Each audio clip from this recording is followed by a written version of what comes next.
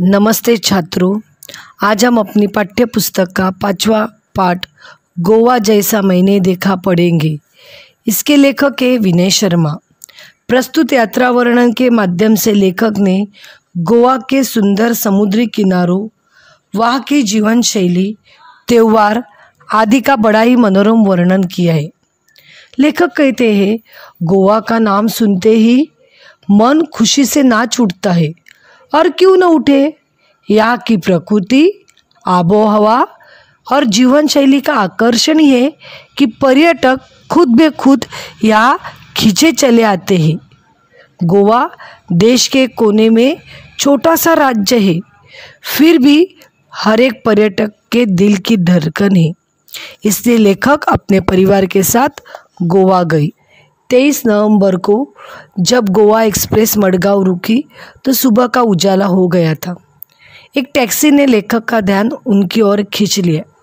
वे लोग फटाफट टैक्सी में बैठ गए। टैक्सी पतली सड़क से निकली। लेखक कहते, इतनी शीतल हवा। लेखक का मन बहुत खुश हो गया।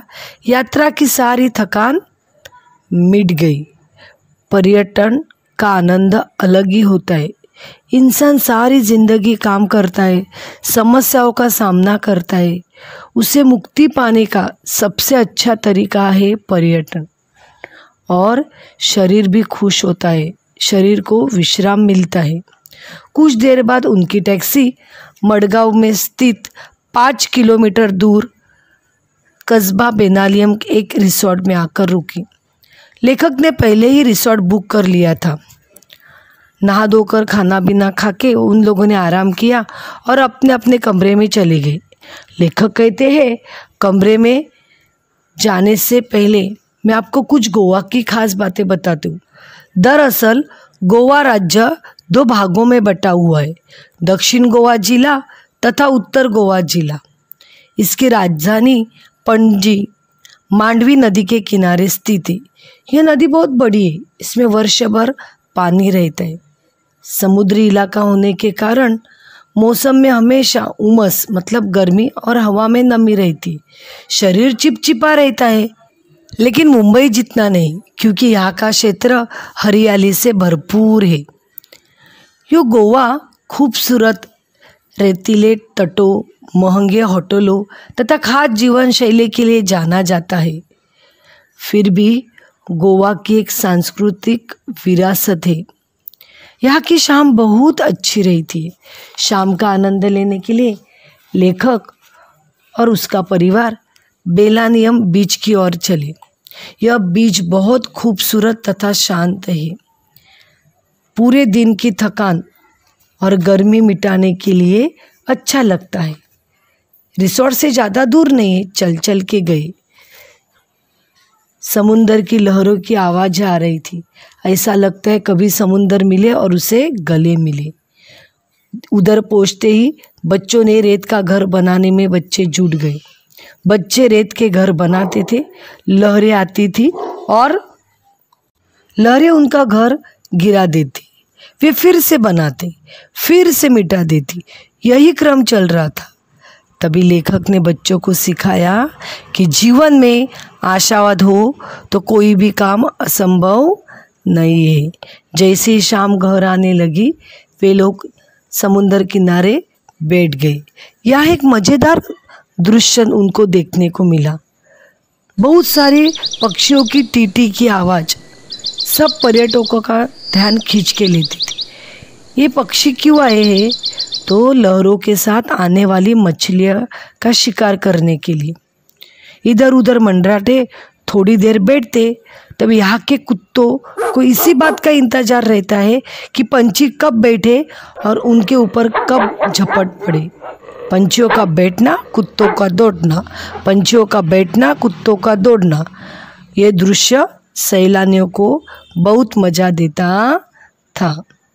अभी जैसे जैसे रात होने लगी, समुद्र का चेहरा बड़ा डरावना लगने लगा।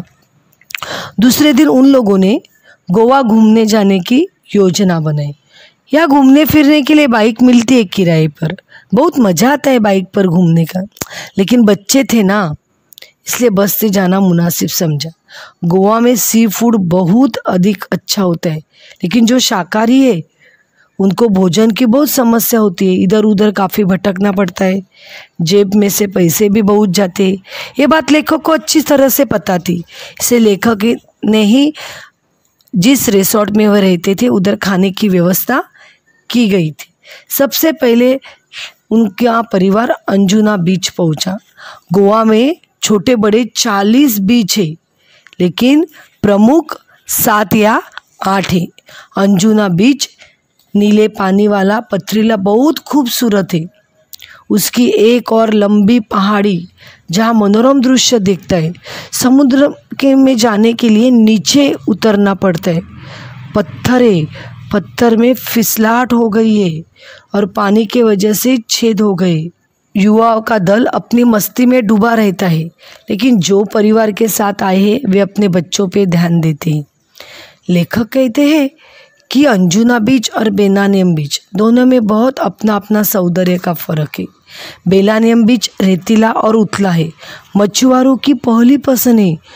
यहाँ सुबह सुबह बड़ी मात्रा में मछली पकड़ी जाती है और मज़े की बात क्या है पता है? सारी मछलियाँ स्थानीय बाज़ारों में ही बेची जाती है। इनका निर्यात बिल्कुल नहीं होता। और इसके विपरीत अंजुना बीच गहरा और नीले पानी वाला है। ये बॉलीवुड की पहली पसंद है। यहाँ कई हिट फिल्मों की शूटिंग हो गई है। दोनों का महत्व अलग अलग है। उसके बाद वे पणजी शहर देखने गए। फिर घूम फिर कर शाम को कलिंगुड बीच पर आए। यह भी रेतीला है। बीच गोवा का सबसे लंबा बीच है, जो 3 से 4 किलोमीटर तक फैला है। पर्यटक बड़ी संख्या से यहाँ आते हैं। इस बीच पे ना वाटर स्पोर्ट बहुत है। कुछ तो हैरत मतलब आश्चर्यचकित जैसे है। लेखक कहते मैंने और मेरे पत्नी ने कई खेलों में हिस्सा लिया। सबसे अधिक पैराग्लाइडिंग में बहुत मज़ा आया। सबसे ऊपर विस्मयकारी। लेखक बोलते हम दोनों भी डर गए। रस्सियों से लटक रहे, दूर दूर तक पानी पानी पानी। डर भी लगा, खुश भी हो गए। डर इस बात का कि छूट गए तो मर गए। खुशी इस बात की कि इतना रोमांचक दृश्य पहली बार देखा। सचमुच अद्भुत।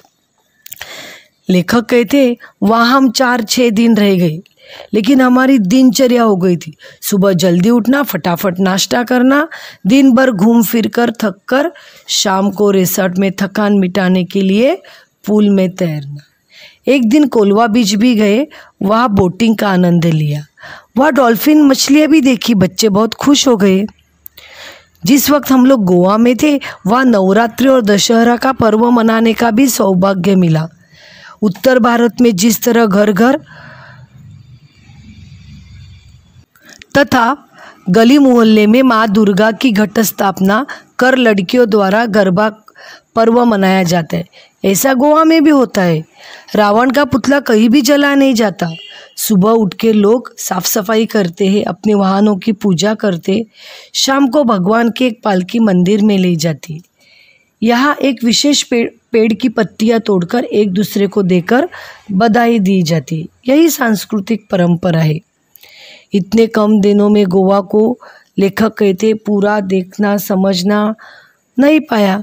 पश्चिमी फैशन और सभ्यता में रचा बसा होने के बावजूद भी भारतीय संस्कृति को पूरी तरह से आत्मसात किए हुआ है।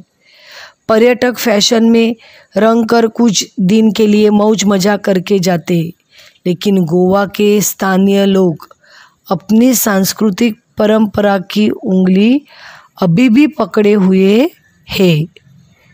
धन्यवाद।